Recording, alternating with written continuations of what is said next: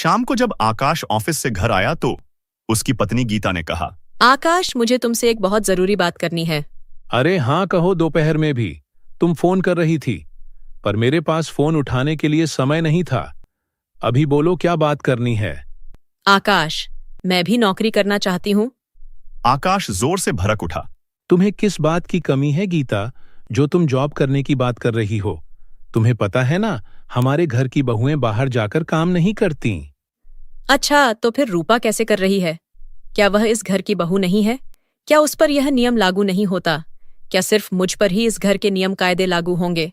गीता, वह शादी से पहले से जॉब करती आई है, और वैसे भी वह तुमसे ज्यादा पढ़ी लिखी है। उसने इंजीनियरिंग की है और तुमने मुश्किल से ग्रेजुएशन की होगी, और वह भी पता नहीं ठीक से पढ़ी भी हो या नहीं, या फिर यूं ही डिग्री लेकर बैठ गई हो और जॉब करने की बात कर रही हो। इतना कहकर आकाश व्यंग्यात्मक हंसी हंसने लगा। वैसे भी तुम्हें कोई काम तो देने वाला है नहीं, और गलती से कोई छोटी मोटी नौकरी मिल भी गई तो 2-4 हजार कमा लोगी, और इन 2 पैसों से क्या कर लोगी? घर तो आखिर मेरे पैसों से ही चलेगा। बड़ी आई दुनिया में दूसरों से बराबरी करने वाली। चुपचाप बच्चे संभालो और चूल्हा चौका देखो। मैं तो अब नौकरी जरूर करूंगी आकाश, और पैसे भी कमाकर दिखाऊंगी। और रही बात 2 पैसे या 4 पैसे कमाने की, तो मेरे लिए यह मायने नहीं रखता कि मैं कितने पैसे कमा रही हूं, बल्कि यह मायने रखेगा कि मैं इन थोड़े से कमाए पैसे से खुश रहूंगी या नहीं। दूसरी बात, मुझे बार बार हर छोटी मोटी चीज के लिए कम से कम आपके सामने हाथ तो नहीं पसारने पड़ेंगे, और ना ही आपकी जली कटी बातें सुननी पड़ेगी। गीता, तुम हद से ज्यादा बोल रही हो। एक बार मैंने मना कर दिया ना, तो बस तुम नौकरी नहीं करोगी, तुम मतलब नहीं करोगी। और हाँ माँ, बाबूजी भी तुम्हें इसकी इजाजत नहीं देंगे, इसलिए ख्वाब देखना बंद कर दो, और जितना मिल रहा है उसमें खुश रहो। क्यों ख्वाब नहीं देखेगी और क्यों नहीं करेगी? गीता नौकरी, और यह तुझे किसने कह दिया कि इस घर की बहुएं नौकरी नहीं करती? जब छोटी बहू पूजा जॉब कर सकती है तो गीता क्यों नहीं? मेरे लिए तो दोनों बहुएं बराबर हैं, इसलिए अब से गीता भी नौकरी करेगी। गीता की सास संजू जी ने अंदर आते हुए कहा, मेरा आशीर्वाद और साथ हमेशा तेरे साथ रहेगा। माँ जी, एक बात कहूँ? हाँ कहो ना बहू, क्या बात? माँ जी, जब मैं शादी करके आई थी तब तो आपने नौकरी करने के लिए साफ साफ इनकार कर दिया था, फिर आज इतने सालों बाद आपने हाँ कैसे कर दी? उस समय मेरे अंदर भी सास वाला रोल आ गया था, पर अब जब तुम्हें दुखी होते हुए देखती हूं तो मुझे अपने दिन याद आते हैं। मुझे भी तेरा दर्द दिखता है। जब तुम आकाश से अपनी छोटी छोटी जरूरतों के लिए पैसे मांगती हो और उसका यूं खींचते हुए पैसे देना मुझे कहीं ना कहीं चुभ सा जाता है। फिर तुम जब अपनी देवरानी रूपा को उसके कमाए पैसे खुद पर खर्च करते देखती हो, तब तुम्हारी आंखों में अपनी इच्छाओं को दबाते भी देखा है। उसी तरह जब घर के सब लोग तेरी तुलना रूपा के साथ करते हैं तो भी मेरा मन अंदर से दुखी हो जाता है। तो दिन भर सबके लिए एक टांग पर खड़ी रहती है घर का, हमारा अपने बच्चों का, रेणुका के छोटे विवाह का, यहाँ तक कि रूपा के हिस्से का काम भी खुद के जिम्मे ले लेती है। पर तेरे बारे में कोई नहीं सोचता, और तूने भी शायद यही सब सोचकर शादी के इतने सालों बाद नौकरी करने का फैसला किया होगा।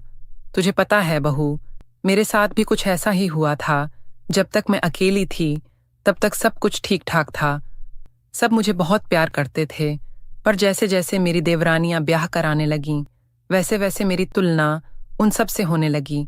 कभी पैसे में तो, कभी कपड़े लत्ते में तो, कभी समझदारी में तो, कभी रंग रूप में, और हर बार मुझे ही कम आंका जाने लगा, जो मुझे बहुत तकलीफ देता था।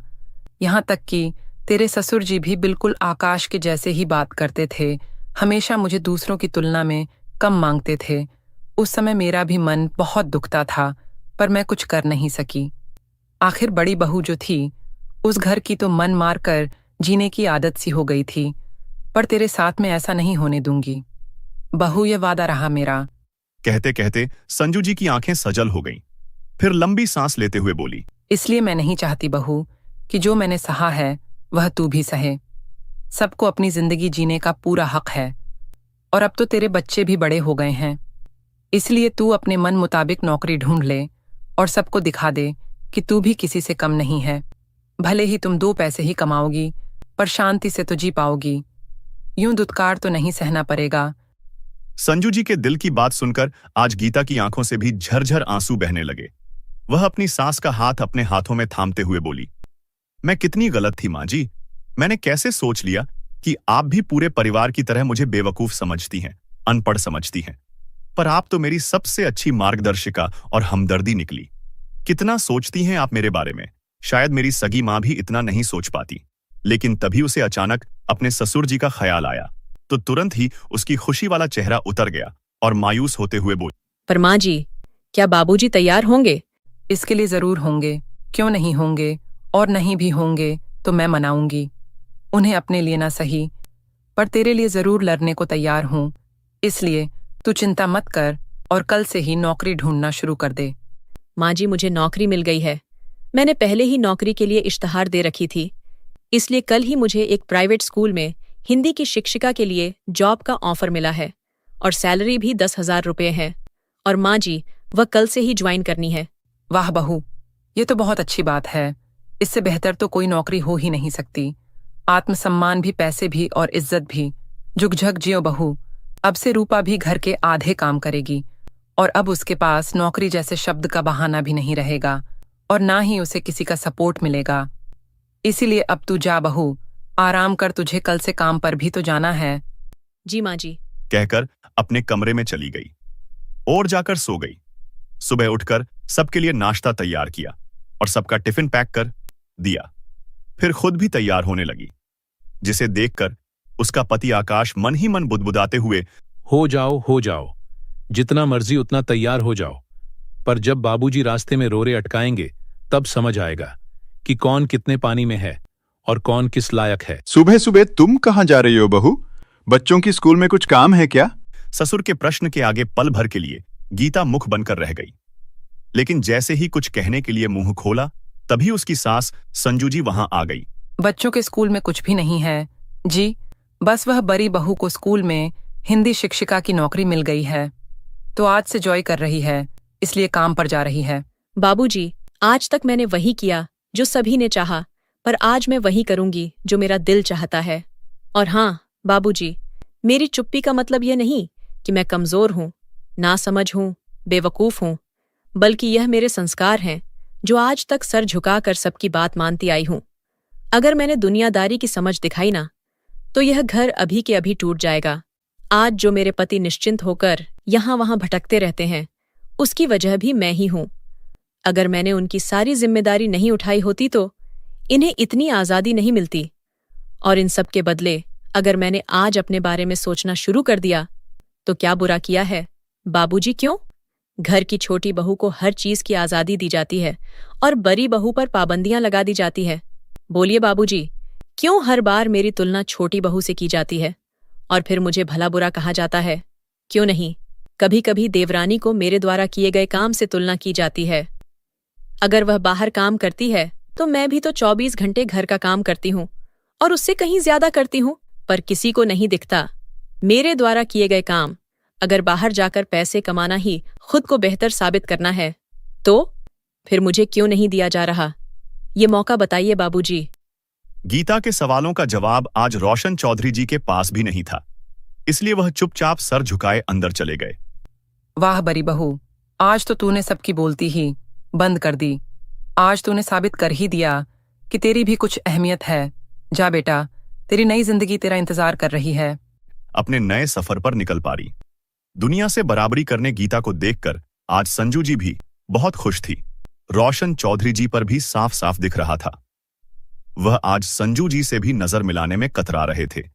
कहीं ना कहीं गीता के शब्द उन्हें यह सोचने पर मजबूर कर रहे थे कि उन्होंने संजू जी के साथ भी बहुत गलत व्यवहार किया है।